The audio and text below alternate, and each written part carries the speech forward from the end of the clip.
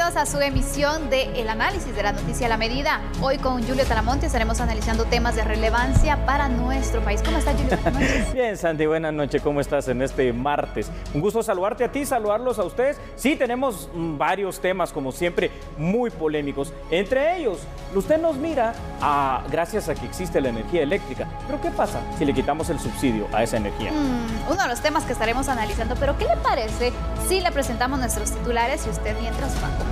Bienvenido. El presupuesto 2019 no incluye ningún monto para el subsidio a la energía eléctrica. Analizaremos quién es el responsable de la situación.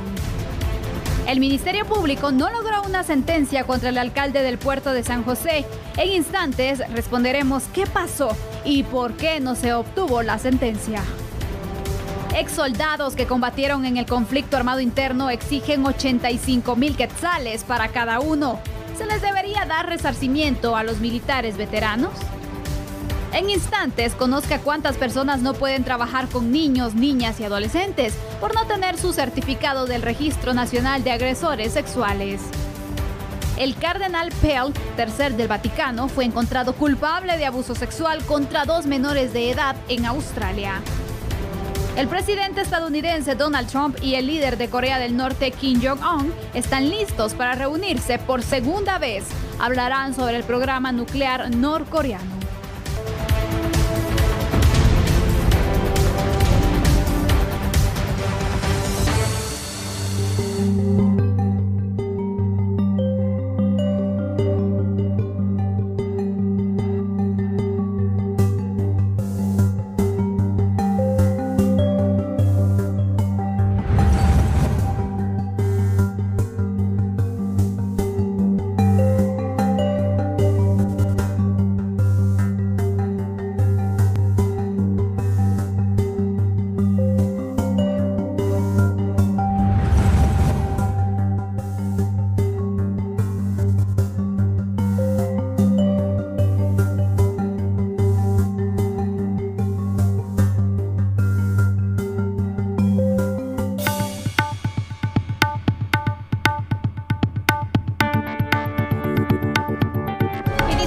Nuestro primer tema de análisis. El ministro de Energía y Minas, Luis Chang, comentó sobre el análisis que se realiza por parte de la cartera sobre el presupuesto del INDE para garantizar la tarifa social hasta finales de año. Aunque el titular de la cartera de Energía y Minas, Luis Chang, indicó que la tarifa social estaba garantizada hasta el mes de marzo, señaló que realizan un análisis para solventar el problema de la tarifa social y que el INDE pueda continuar hasta finales del 2019. Mire, ese es un análisis que se está haciendo, nosotros lo hemos dicho, es importante mencionar que el aporte social está garantizado el mes de marzo y se está trabajando para que el aporte social continúe el resto del año.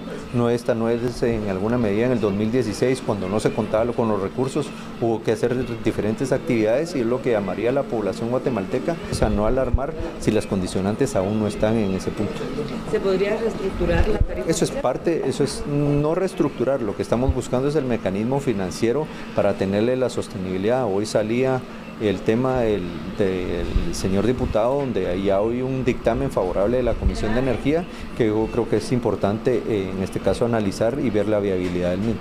Chang señaló que un dictamen favorable por parte de la Comisión de Energía y Minas del Congreso de la República sobre una ampliación de presupuesto puede ser una ruta de financiamiento. Por eso precisamente se están tomando y haciendo los análisis correspondientes. Yo creo que el aporte del señor diputado en alguna medida ese dictamen favorable que tendría que conocer el Ministerio de Finanzas para ver la viabilidad del mismo puede crear una ruta de financiamiento no solo para este año, sino la sostenibilidad a lo largo de muchos años. ¿Cuánto sería lo que se necesita para este financiamiento? Mire, según la propuesta recuerdo que era más o menos alrededor de 350 millones los que podrían provenir de ese dictamen que salió de la Comisión de Energía. Actualmente los beneficiarios de la tarifa social del INDE son cerca de 2 millones de usuarios. Es que la situación para cerca de 2 millones de familias que dependen de la tarifa social podría estar en riesgo si no se trasladan esos recursos, por supuesto, para el subsidio, y así lo han indicado los industriales. Por ello, han hecho un llamado para que se tenga una solución pronta. Hemos analizado este hecho y definitivamente cualquier impacto en la tarifa y en el consumo de energía eléctrica ahorita, sobre todo para este sector que ha estado siendo subsidiado, sería un impacto sumamente negativo, dadas las condiciones económicas que está pasando el país. En cualquier momento sería algo negativo, pero dadas las condiciones que está pasando el país, sería una actividad que realmente sería bastante nefasta. Confiamos en las autoridades, en que puedan tomar algunas acciones y decisiones para que realmente este incremento no se vaya. Y repetimos, como Cámara de Industria sí creemos que sería algo de un impacto muy negativo para la población, sobre todo la población con menos ingresos, lo cual solo generaría mayor pobreza, un impacto económico, probablemente hasta un incremento del contrabando. Casi que empiezo con la conclusión, ojalá se solucione este tema. ¿Por qué? Porque la tarifa social beneficia a más de 2.8 millones de familias en todo el país. En el presupuesto para el 2019 no se incluyó un monto para el subsidio a la tarifa social. Hasta el 2016, el INDE era el encargado de absorber ese monto. Sin embargo, se argumentó que ya no podían hacerlo y que el gobierno se encargó entonces de aportar unos 300 millones de quetzales en 2017 y en el año 2018. Ahora, la intención sería que el INDE vuelva a asumir el costo de la totalidad del pago del subsidio. Pero lo que tenemos en este momento, Sandy, es que ni el INDE, ni el Ministerio de Energía y Minas, ni el Ministerio de Finanzas, ni nadie se acordaron en su momento de esta situación. Y tú lo dijiste bien, cuando uno lo ve en cifras y hablamos de 2 millones de guatemaltecos que podrían salir afectados por esos 350 millones de quetzales de subsidio que vaya usted a saber dónde irán a salir, bueno, la situación es grave, ¿no? Pero aquí busquemos entonces quiénes fueron los culpables, a quién le correspondía hacer la propuesta e incluirlo en el presupuesto. A ver, bueno, veamos.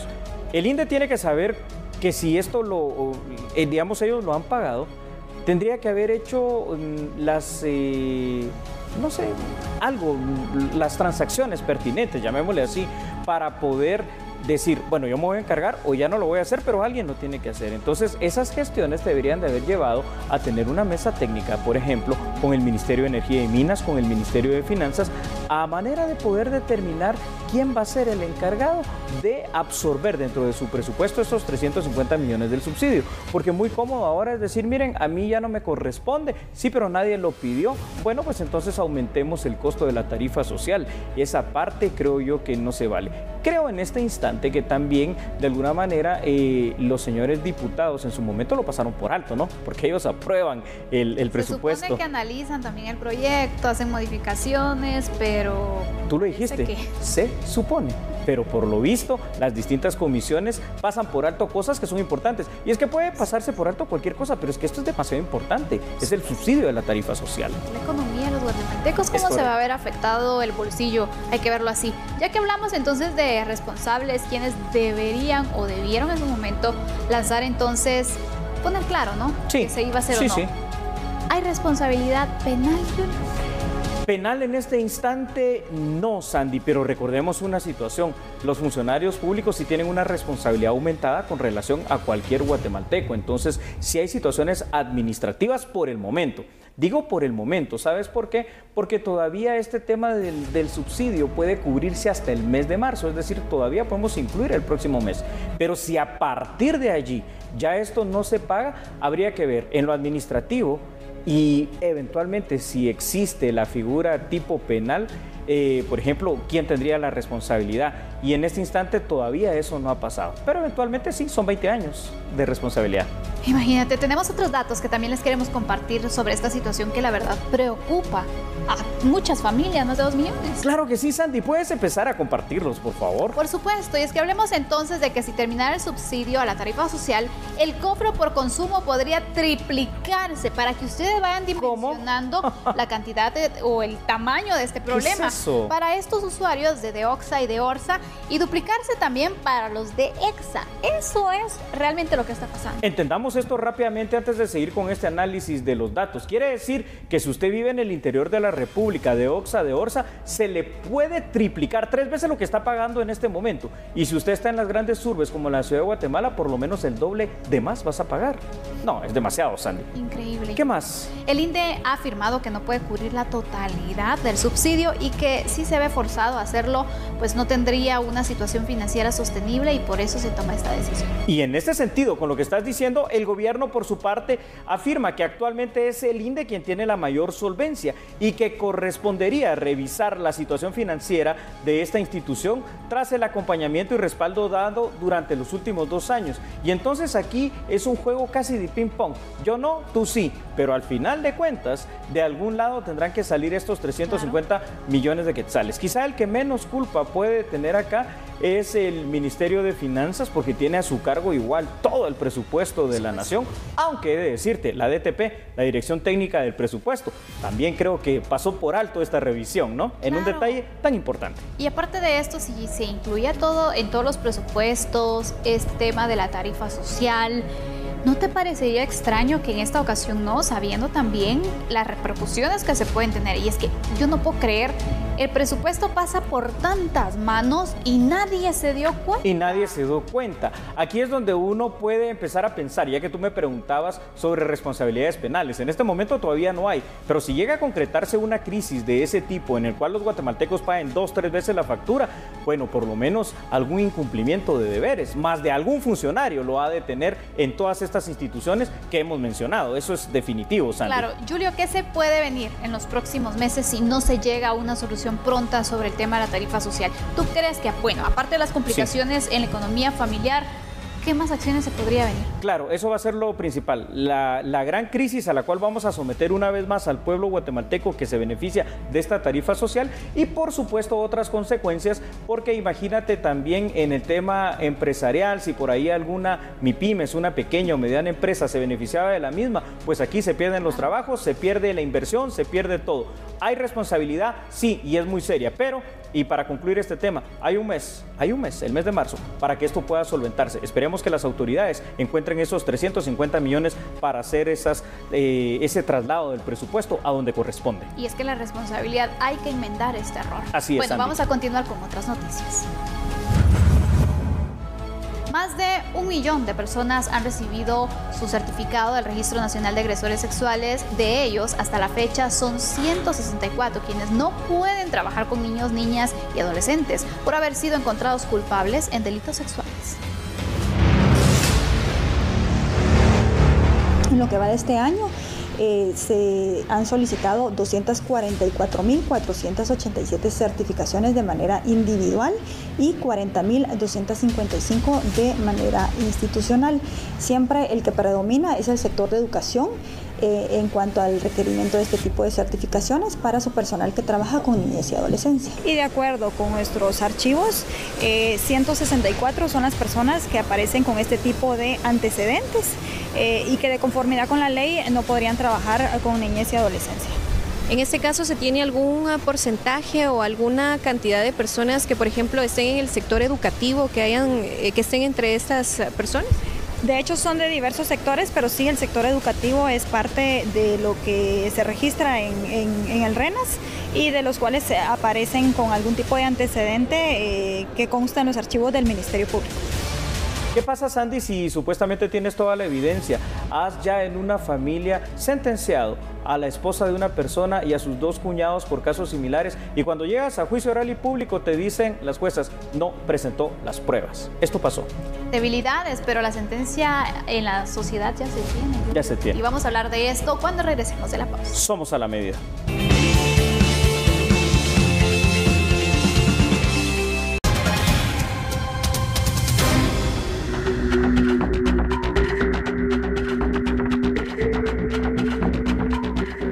Muchas gracias por continuar con nosotros. Hablemos de los temas que se discuten en la Torre de Tribunales y específicamente este que ha llamado la atención, donde el exalcalde del puerto de San José, Jorge Alberto Rizo, fue declarado inocente de los delitos de lavado de dinero, abuso de autoridad y peculado por sustracción. Esto ocurrió en el Tribunal B de mayor riesgo. El exalcalde de Puerto San José, Jorge Alberto Rizo, fue declarado inocente de los delitos de lavado de dinero, peculado por sustracción y abuso de autoridad. El Ministerio Público no presenta evidencias, peritos o testigos para poder convencer a las juezas que participó en la sustracción de 1.300.000 quetzales. Las juzgadoras lo declaran inocente y ordenan su inmediata libertad. Por unanimidad resuelve, primero, que se absuelve al acusado Jorge Alberto Rizo Morán de los delitos de lavado de dinero u otros activos, peculado por sustracción y abuso de autoridad, entendiéndose la absolución libre de todo cargo. Las juezas en la lectura de sentencia indicaron que el Ministerio Público no presentó pruebas para demostrar que Rizo haya retirado ilegalmente 1.300.000 quetzales. Una serie de deficiencias que vienen a introducirse desde los marcos fácticos de las acusaciones y que limitan totalmente el poder llegar a determinar la existencia de delito. El Ministerio Público, en el presente caso, no ha logrado destruir la presunción de inocencia que reviste y garantiza a todos los ciudadanos guatemaltecos y en el presente caso al acusado por el delito de lavado de dinero u otros activos. El exalcalde se mostró satisfecho con el veredicto final del Tribunal de Mayor Riesgo. Solo darle gracias a Dios nada más. Y yo creo que Dios obró. ¿Se siente tranquilo? Sí, desde el inicio. ¿Cuánto tiempo estuvo en prisión? 2 años, 5 meses y... ¿Considera que era una persecución en su contra, dañarlo? Sin comentarios. ¿Puede ser una persecución penal, considera usted? ¿Una persecución política? Más que todo. A criterio de las juezas, unas transferencias y depósitos bancarios era un proceso administrativo y no penal. El tribunal aseguró que el exfuncionario no tuvo un beneficio o aprovechamiento económico para que se pueda hablar que cometió lavado de dinero. El Ministerio Público estará analizando la resolución de las juezas del Tribunal B de Mayor Riesgo de haber declarado inocente al exfuncionario Jorge Alberto Rizo. Con imágenes de Alex Álvarez, un reporte de Hugo Morales. A ver, esto es de verdad muy grave porque llegar a la fase de juicio oral y público y después no tener pruebas, uno realmente no lo llega a entender. Los 3 jueces, en este caso juezas del Tribunal de Sentencia, detallaron errores graves en la presentación de la acusación formal por parte del Ministerio Público. De hecho, la jueza presidenta del Tribunal de Mayor Riesgo B manifestó que no hubo una sola prueba, dijo, en contra del alcalde. Hizo ver además graves deficiencias al momento de presentar la acusación sobre los delitos de abuso de autoridad, de peculado por sustracción y lavado de dinero u otros activos. Además, una de las juezas vocales también indicó que lo único que se logró demostrar por parte del Ministerio Público fueron movimientos de dinero de una cuenta a otra, pero que per se ese simple movimiento pues simple y sencillamente no tipifica ni encuadra lo que puede considerarse como algo ilegal o ilícito. Al final de cuentas, manejando dinero de lo que es la municipalidad y del pueblo del puerto de San José. Ahora, increíble, pero increíble, Sandy, llegar supuestamente a juicio oral y público donde tienes todo. Mira, de las 3 fases del proceso penal, si llegas a la tercera es porque básicamente estás un 90% condenado porque se supone que tienes las pruebas. Pero para llevarse este fiasco, bueno, yo no lo sé, ¿no? ¿Para qué hacemos entonces pérdida de tiempo y de dinero? Imagínate, 2 años y 5 meses privado de libertad. Correcto. ¿Cómo le regresas ese tiempo a una persona? Es un tiempo que ya se perdió y que al final entonces no se logró demostrar que era culpable. ¿Y qué pasa? La condena social se da. Porque ¿cómo le explicas tú a todas las personas? No, mira, es que es inocente. Muchos se van a enterar que es inocente, pero otros, bueno, para ellos él va a seguir entonces vinculado. Entonces, al final el daño que se le hace no solo a una persona, a una familia, y hay que mencionarlo, Julio. Ojo. Exactamente. Y por eso yo te quiero preguntar algo. Por ejemplo, en todo el proceso penal, ¿hubo alguna etapa en la cual se pudo decir, bueno, miren, no hay prueba suficiente, mejor ya no sigamos? ¿O sí se tiene que continuar? No. En todo el proceso penal puede pasar desde la audiencia de primera declaración. Ahí primero se decide si hay una justa causa o no. Y si no la hay, pues hay falta de mérito y termina todo. Si hay, entonces ya el juez decide si te da libertad de alguna manera bajo algún beneficio o te liga a proceso y te manda a prisión preventiva. Pero ya desde ahí hay indicios. En la fase de investigación se supone que el Ministerio Público lo que hace es el ofrecimiento de prueba. tenemos tal prueba documental o lo que fuere para poder afirmar que se cometieron estos delitos. Por supuesto que el momento donde ya se conoce y se verifica esa prueba de manera pública es la tercera fase del proceso penal, el juicio oral y público. Esto debería de tardar no más de unos 3 a 4 meses, se tardó 2 años y 5 meses para llevarse el fiasco de que después de todo ese tiempo, de todo ese dinero y de esta condena social, ahora resulta que el fallo fue absolutorio, pero no porque haya sido tal vez inocente o culpable, eso no lo sabemos, lo sabrá solamente él. Lo que hay que juzgar aquí es la incapacidad del Ministerio Público para demostrar que sí lo era, tal y como dijeron las juezas, porque entonces dice uno, ¿para qué lo lleva el juicio oral y público? Por supuesto, ¿y para qué o cómo fue que llegó hasta este punto si no se tenían las pruebas necesarias, si no se tenía fundamentado el caso?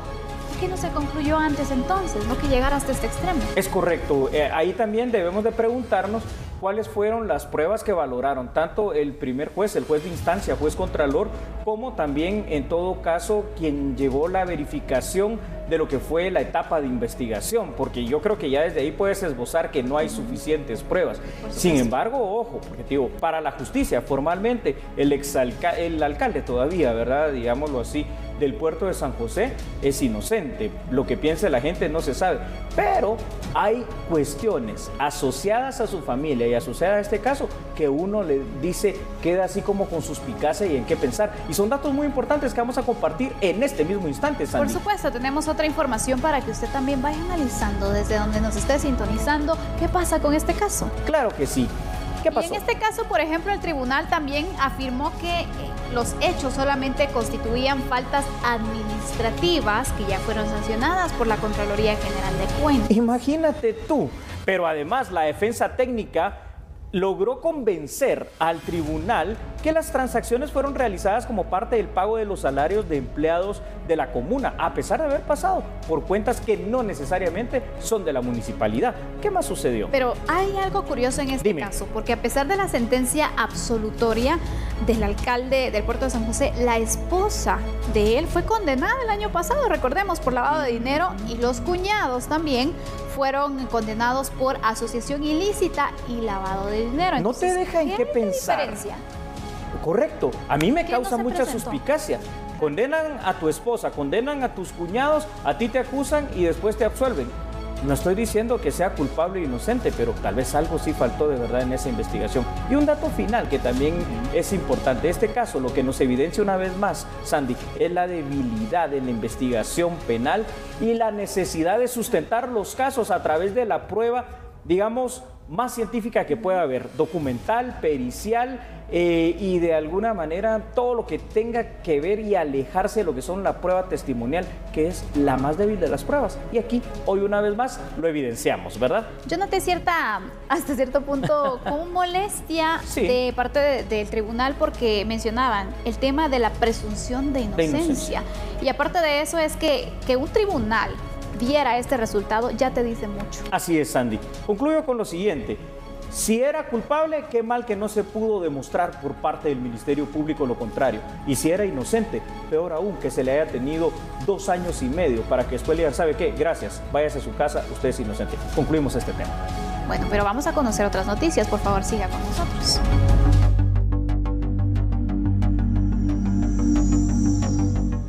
Y bueno, este miércoles el Pleno del Congreso de la República buscará una vez más aprobar el préstamo para de esta manera poder apoyar algunos programas que se tienen previstos.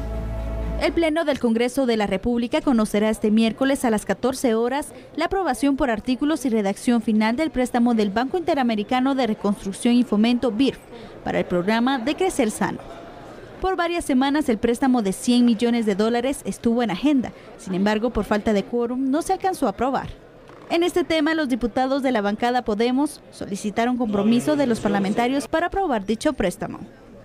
No se vale el decir que están apoyando, pero de bancadas que tienen 20 diputados o más y solo estén 5. Eso no es apoyar el préstamo, ni se vale jugar con la salud, ni con el futuro de todos esos niños, de todas esas madres que tienen que ser atendidas y atendidos con los recursos que provengan de este préstamo. Por lo que mañana retamos a todos los bloques legislativos a cumplir ese compromiso y no dejarlo solo en discurso, sino con nuestros votos dentro del Pleno del Congreso. Nos ha preocupado que la opinión pública vea con preocupación que todas las bancadas, que todos los bloques legislativos se han comprometido en aprobarlo, pero cuando se trata de estar en el Pleno, hay quienes están marcados, pero están ausentes físicamente. Casi 23 años de la firma de la paz y los voy a dejar con una pregunta a ti y a los televidentes. ¿Deberíamos de resarcir específicamente a los militares veteranos de esa guerra? No lo sé, no cambie, ya va a tener la respuesta, somos a la medida. Ya volvemos.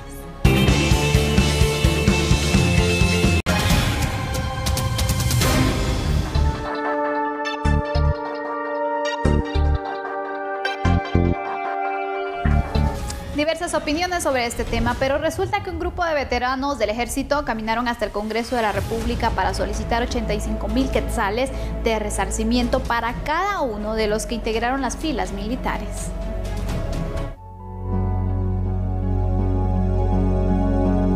Con los papeles que los identifica como ex integrantes del Ejército de Guatemala, cientos de veteranos manifestaron sobre la 9ª Avenida de la Zona 1 para solicitar el cumplimiento que establecen los acuerdos de paz en cuanto a temas de resarcimiento. Ahora les pedimos que en los acuerdos de paz se nos dio un beneficio de dinero, que nos cumplan las tierras, el dinero, el seguro de vida para nuestros militares que tienen 60 años. Estamos solicitando 85,000 quetzales para cada militar. Somos 1.700.000 militares que estamos presentes y listos para paralizar el país si no toman cartas en el asunto. Los veteranos militares solicitaron 85,000 quetzales para 1.700.000 exintegrantes del ejército, indicando que arriesgaron su vida y dieron todo por la patria, y hasta el momento no han recibido nada. De no tener una respuesta por parte de las autoridades, indicaron que estarán bloqueando las principales arterias del país. Bueno, vamos a analizar esto muy despacio. Partamos de una base. Todo ciudadano guatemalteco amparado en el artículo 28 de la Constitución, es cierto que tiene el derecho de hacer su petición, cualquiera que sea, a las autoridades del Estado guatemalteco. Hasta ahí estamos bien y esto lo puede revisar usted en su Constitución. Lo que debe determinarse es si la petición es congruente y si puede resolverse o no de manera positiva en cada uno de los casos. Ahora, ayer se conmemoró el Día Nacional de la Dignidad de las Víctimas del Conflicto Armado Interno. Esto según el Decreto 48/2008. Este decreto va relacionado a quienes fueron víctimas del conflicto armado interno, no a quienes fueron parte combatiente, ya sea militares o exguerrilleros, ya en estos dos bandos que se enfrentaron. Entonces, aquí es donde tenemos que partir de una base. Este resarcimiento que se está, llamémoslo así, solicitando por este 1.700.000 de exmilitares que están pidiendo la cantidad de 85,000 para cada uno de ellos. Traté de hacer el ejercicio con mi calculadora simple, sobrepasa la capacidad de la calculadora para saber el número exacto de cuánto es esto en quetzales, billones de millones, como tú dijiste, millardos. Sí, Julio, la verdad es de que ellos argumentan que, bueno, si se les dio parte o una ayuda también a los exguerrilleros, ellos también quieren una parte. ¿Tú crees justificable esta postura? A ver, Sandy, yo creo que aquí lo que... No, y te voy a explicar por qué. Voy a ser muy claro en esto, ojo con lo que voy a decir. Se negociaron los 13 acuerdos de paz que existen en su oportunidad y en su momento. Y yo creo que ahí las partes con quienes lo representaron en esta negociación, algunos fueron más hábiles que otros para poder obtener mayores y mejores beneficios. En ese sentido, 23 años después de que se firmó la paz firme y duradera, el último de los acuerdos de paz, que fue el 26 de diciembre del año de 1996, vienes a hacer esta petición, que por supuesto que como guatemalteco tienes derecho a hacerla, pero ¿no crees que pasó mucho tiempo? ¿Pero no crees que por qué no se hizo antes? ¿Y no crees que de alguna manera esto va orientado, como repito, ojo con lo que voy a decir, a las víctimas, es decir, aquellos que sufrieron, pero que sufrieron como civiles? Y aparte en ese momento ellos estaban en el cumplimiento de sus deberes, de las órdenes, digamos, entonces también que se podrían dar. Entonces no se podría considerar en este punto como víctimas. Es correcto, ¿lo podemos ver así? No se puede. Es más, yo te digo algo, aparte como exmilitares, pues también tienen su pensión, ¿no? Y tienen sus beneficios, entonces partamos de esa base. Esto tenemos que tener mucho cuidado, porque si no después van a venir también todos los excombatientes guerrilleros en decir, mire, yo por derecho de igualdad quiero lo mismo. Y dinero para esto no lo tenemos. Y no les puedes decir no, si les das a unos, tienes que cumplir también con otras personas, si no, después puedes incurrir incluso en algún delito. Y en eso que tú dices es que ellos argumentan que a algunos excombatientes y excomandantes guerrilleros sí se les dio un resarcimiento. Habrá que ver el por qué se les dio ese resarcimiento también, ¿no? Cuáles fueron las condicionantes. Pero hay más datos y me gustaría que pudiéramos compartirlos, Sandy. Por supuesto, Julio. Es que este grupo de militares retirados que combatieron durante el conflicto armado interno exigieron un resarcimiento de 85,000 quetzales para cada uno, y estamos entonces resaltando esta información para que usted también pues pueda analizar en casa o donde se encuentre.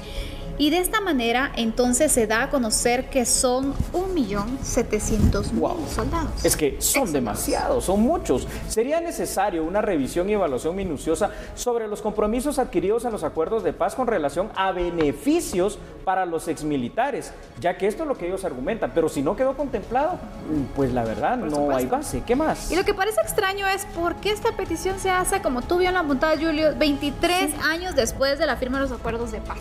Así es, Sandy. ¿Se pudo incluir en la negociación? Se pudo incluir en la negociación, sea como sea, es un tema que ahora, bueno, salta a la palestra social y política de nuestra Guatemala, y a ver qué es lo que podemos hacer, pero no me parece lo más adecuado realmente, porque es que de verdad no te puedo dar ni siquiera la cantidad. Te repito, mi calculadora simple, no era científica, me marcó error, no me pudo dar la cantidad en millones de quetzales que esto representaría. Tengamos cuidado con esta situación, por favor, porque si no cualquiera que no tuvo nada que ver con el conflicto armado interno puede venir a reclamar lo mismo. Es un tema muy complicado, Julio, porque ellos ya anunciaron, si no se les cumple, si no se llega a ningún acuerdo, van a paralizar el país. Wow. Imagínate que se puede venir también. Así que a tratar con pinzas este tema, porque si no se sale de control la situación. Bien dicho. Ahora vamos a continuar con otras noticias. Claro que sí, Sandy. Hay otros temas que también les queremos dar a conocer. Entre mayo y agosto se vencerán 38.854 documentos de identificación personal, por lo que si no se aprueba una prórroga hasta el 31 de diciembre, estos podrían entonces no emitir su sufragio.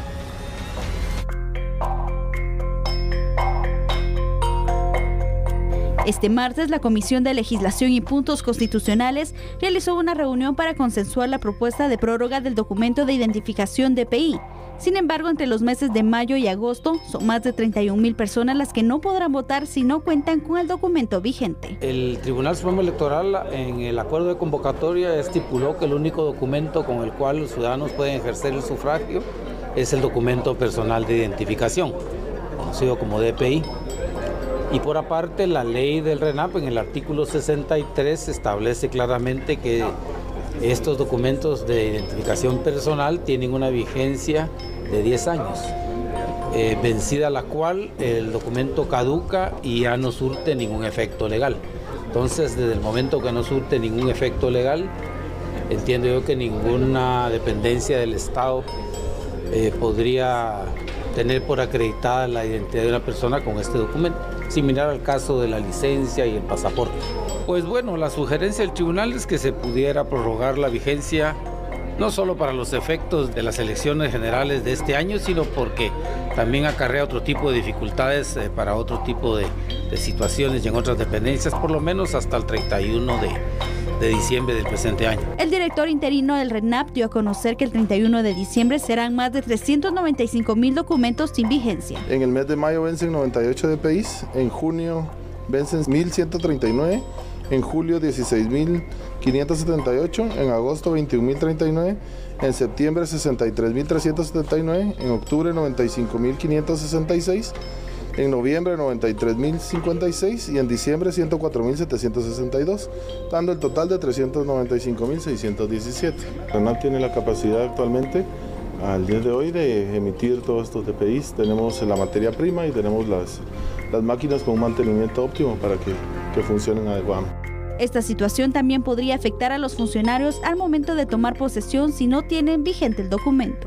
Actualmente los candidatos que se están inscribiendo no han tenido ninguna dificultad y como dijo el señor director ejecutivo del RENAP, los DPI se empiezan a vencer a partir del mes de mayo, es decir que para el 17 de marzo que vence el periodo de inscripción no van a tener ningún problema.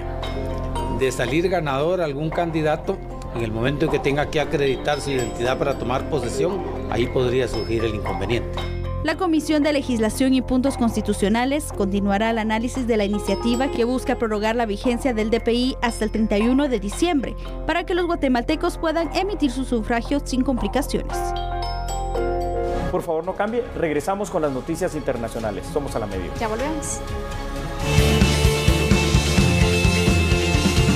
Guatemalteco, ¿se imagina usted asistir a una unidad del Seguro Social dentro de la propia empresa? Este es uno de los proyectos denominados Clínica Empresa que busca poner en marcha la Junta Directiva del Instituto Guatemalteco de Seguridad Social.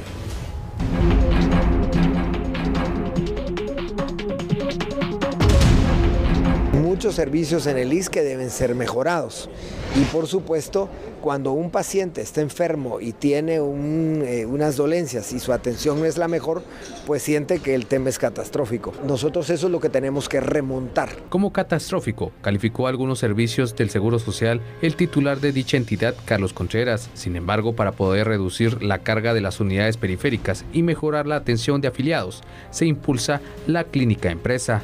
Pero tiene muchas ventajas, porque en primer lugar estamos atendiendo a los trabajadores, a los derechohabientes en su propio lugar de trabajo, no tienen que salir. Segundo, estamos también promoviendo en esas propias clínicas de empresa los temas preventivos de la salud, los temas preventivos de los accidentes, tanto de trabajo como automovilísticos, y eso por supuesto nos genera un impacto directo en el bienestar de los trabajadores, en la calidad de la atención que les damos, y para la seguridad social es mejor porque gestiona de una manera más efectiva la demanda que hay hacia nuestros consultorios. Entonces, hoy el ISSSTE está, conforme la Junta Directiva lo ha instruido, en la estrategia del plan de clínicas de empresa. Ya lo estamos promoviendo, pero en unas semanas vamos a hacer una propuesta pública.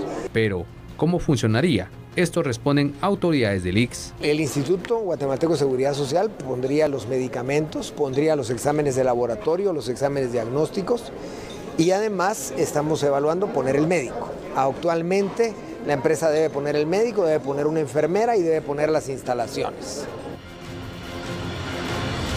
De esta manera finalizamos. Gracias por su sintonía. Feliz noche. Hasta mañana. Buena noche.